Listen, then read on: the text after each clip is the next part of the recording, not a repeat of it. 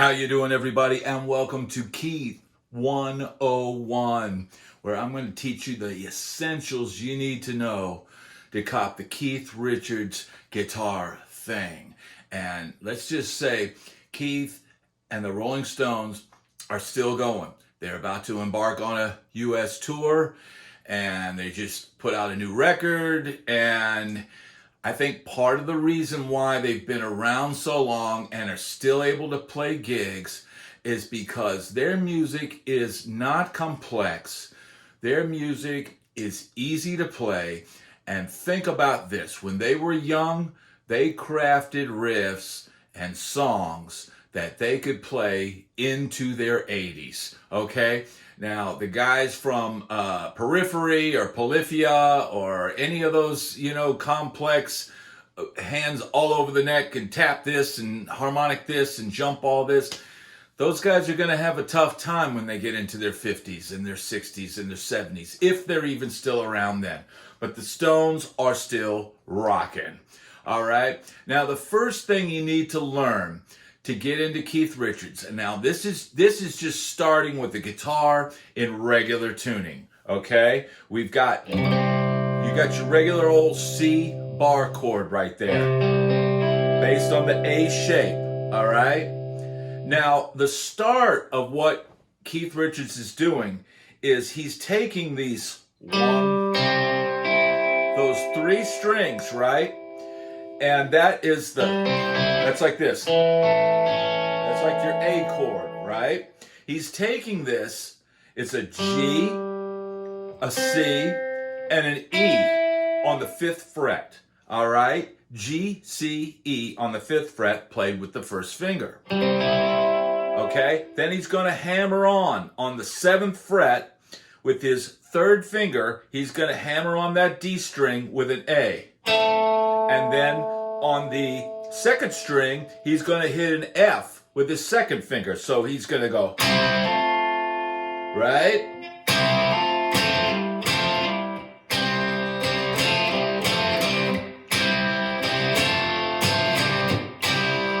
Right? That's the basic Keith Richards 101 move, okay? But it's not exactly 100% authentic, okay? Now, I've seen a video where Eric Johnson takes his pinky and puts it on this bass string, all right? He puts it on the bass string, and then he adds that. All of a sudden, it sounds a lot fuller.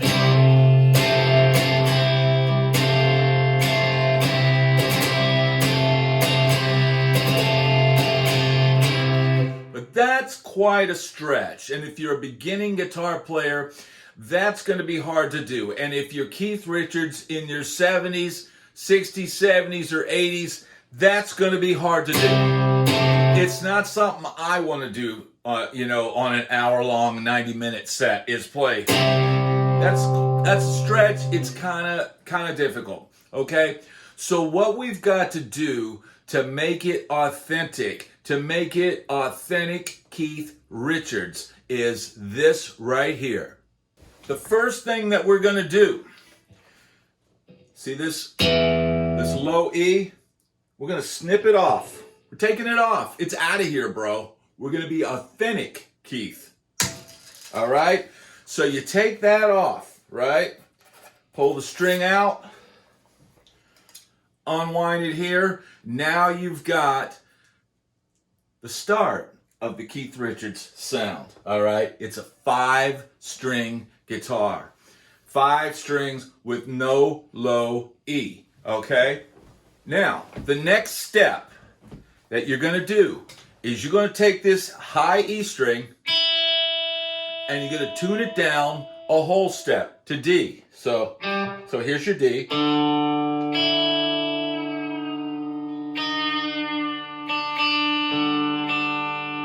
That sounds close enough for rock and roll. And then you're going to take, so you've got this. That's that little extra 10%, but now we need another 10% to really make it sound like Keith. We're going to take this A string, this low A, and we're going to tune that down a whole step to G. There's your G.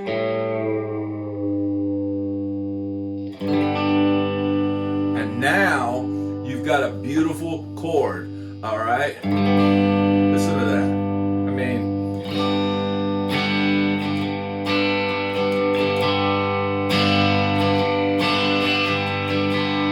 right? But more importantly,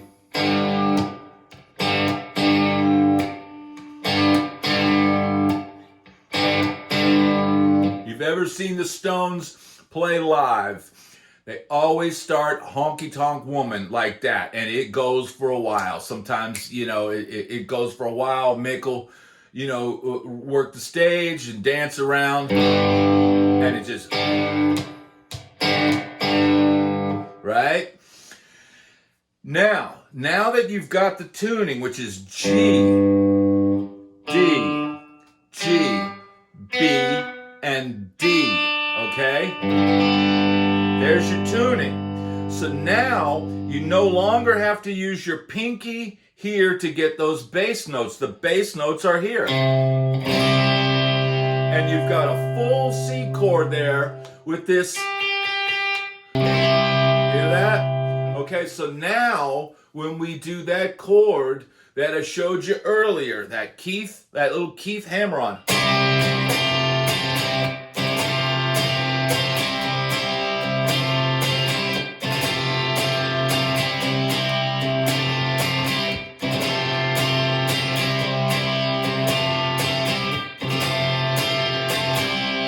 I mean, that's money right there. That is absolute money. Now, you know, I know this, and I spent some time with this tuning because about a year and a half ago, I filled in with a Stones tribute act. And, you know, when I'm on a cover gig and I'm playing the Rolling Stones, you know, I usually have to cheat, and I don't have a guitar set up and ready to play it exactly right. So, yeah, I just do that without the drop tunings. And sometimes I'll add that pinky, but I'll be honest, I don't want to do that for 3 minutes. But when you want to play it right, and the cool thing about this tuning is, you know, whether it's the Black Crowes,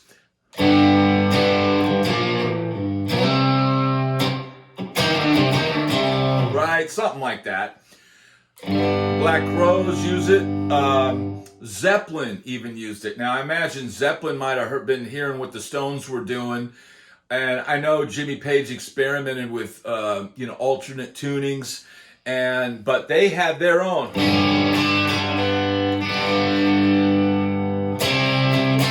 Let's see, what was there? Let's see, what was that?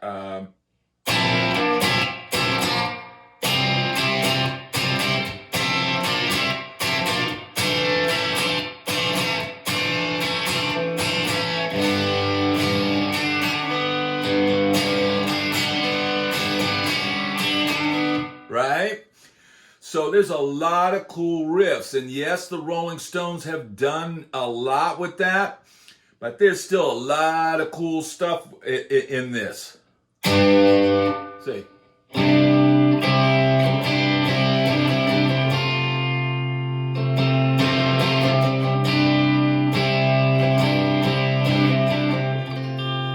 Right? The other thing is, you don't need a lot of gain to play Keith Richards, right? Like, basically, I've got like sort of a broken up, clean sound to get this.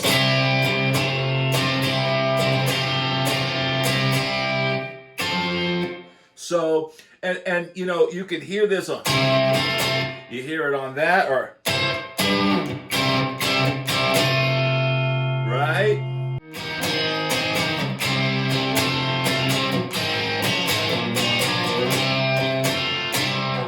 Took me a second to remember it, but once I did, man, that riff, once it gets stuck in your head, a great riff. And like I said, this is a tuning that you can take and come up with your own cool stuff with, right?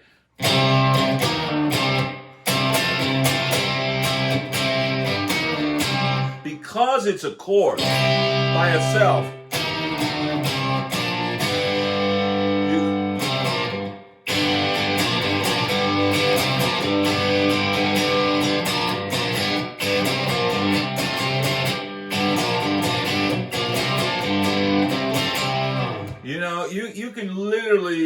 come up with riffs for days with this tuning. It's really a glorious thing, and there's a huge thing that upper E string adds to it, that D, right? And the other thing is, Keith Richards and whoever's, he's in the band with at the time, whether it was Mick Taylor or Ron Wood, in those later years, Keith still played some solos. And one thing, the typical Chuck Berry lick, that gives you that nice flat 7 as opposed to the, typical Chuck Berry sound.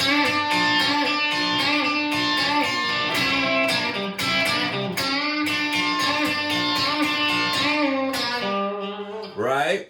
So you can still play your Chuck Berry lick there, and you can still, and it makes it sound even cooler because it's got a different note on top. There's so much you can do with this tuning. You can also experiment with slide. I'm not the greatest slide player in the world, but man, these open tunings, they're just made for that. Now, I want you in the comments to tell me your favorite Stones song.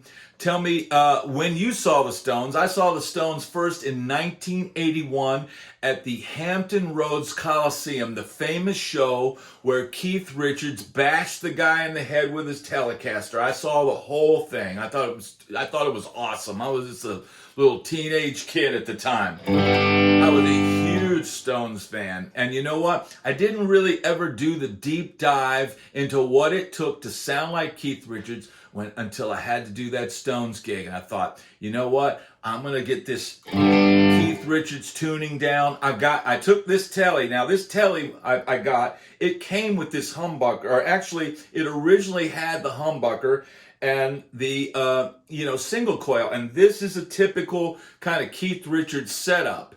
And, but when I got this Telecaster, it had the traditional Telecaster neck in it, and then this pickup was in the case. So when I got a call to do the Stones thing, I thought, you know what? We're going to put that humbucker back in there, and it's going to look and sound the part. And boy, does it ever.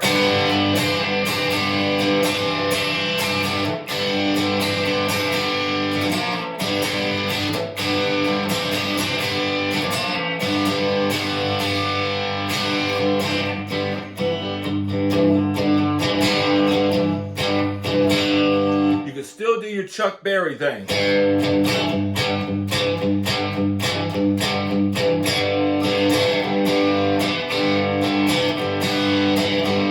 add your little third finger right here. This is your open G. Hit that E string.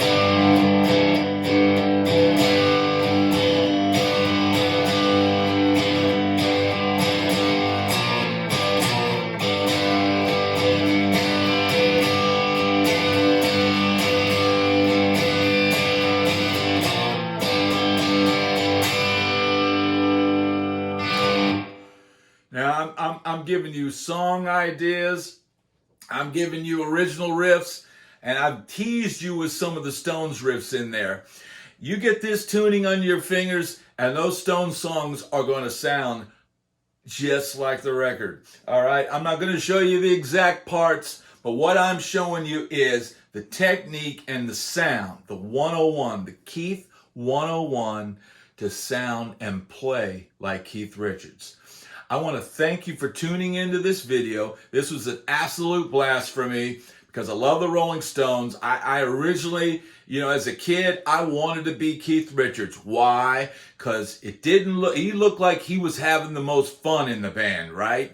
He was just playing his guitar and in his own world and just hammering out those riffs, baby. Just hammering out the riffs. And you know what? Playing those Rolling Stones songs, I did a 90-minute set with the Stones tribute act, and I tell you what, I was so sore the next day. All the arm movement, he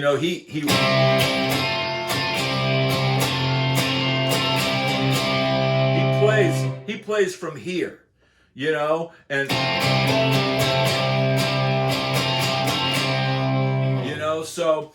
Experiment with that, the way you attack the strings, the way you pluck the type of pick that you use, all of these things affect your sound. So I want you to experiment and become the player that you can be. Thanks so much for watching. I appreciate you tuning in. Please hit the like and subscribe button and that notification bell, and I'll see you on the next video. Thanks so much.